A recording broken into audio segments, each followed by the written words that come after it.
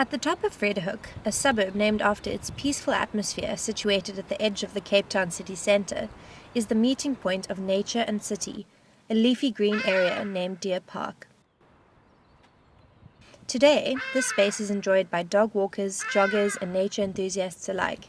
However, the space was not always a place of leisure.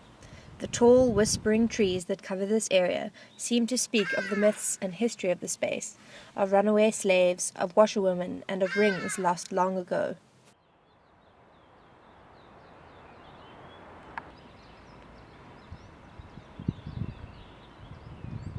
The Petousis stream that flows down from Table Mountain along the western edge of Deer Park was the city's main river.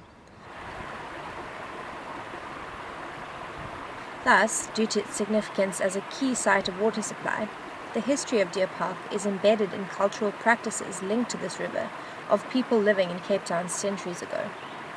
This river is closely tied to the history of Deer Park and the Petousis region, and notably the history of the washerwomen slaves of the Cape in the 1800s.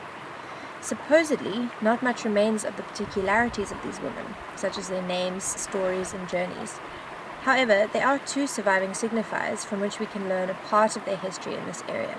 Two washhouses and a collection of objects that were discovered during an archaeological dig conducted in 2004.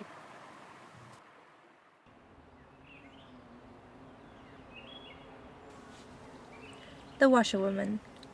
The Petousis stream was used by groups of women to wash the clothes of some of Cape Town's earliest inhabitants.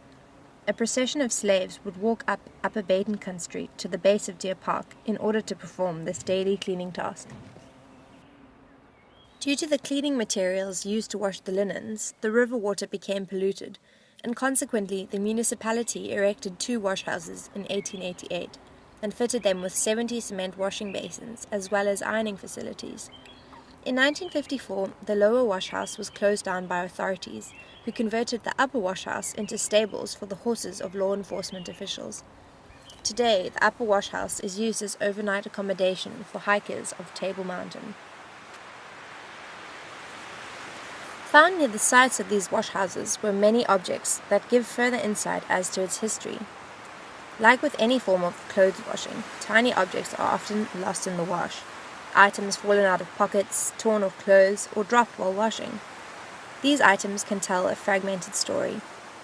Objects that were found on site were things like buttons from a soldier's jacket, jewelry, glass bottle shards, small musical instruments, curtain rings, and pieces of a toy porcelain set.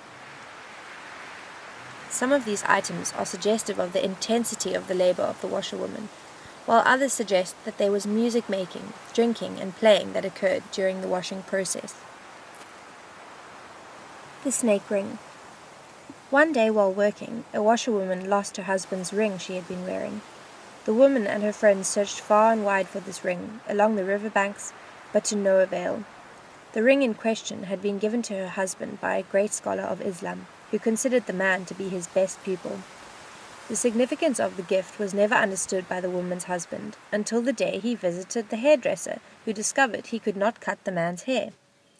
After suggestion that the man might be wearing a charm put in place to guarantee the man protection from any cut, he removed the ring from his finger, and lo and behold, the barber was able to cut his hair.